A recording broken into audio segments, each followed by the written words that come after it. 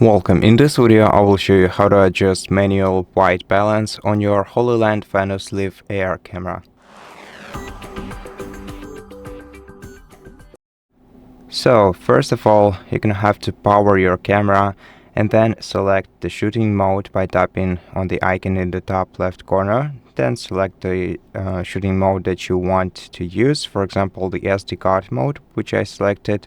Then you're gonna have to click or tap the controls icon, and then here we're gonna have to go to Pro settings, then swipe the bottom right to the bottom bar to the right, and then select white balance. Now to adjust it manually, we're gonna have to disable auto adjustment and then move this slider to the left, or basically swipe it to the right in order to decrease the white balance level, or to the left to increase it, or just return to auto settings. You can do this also in the mobile application on your smartphone and on your PC using the similar settings.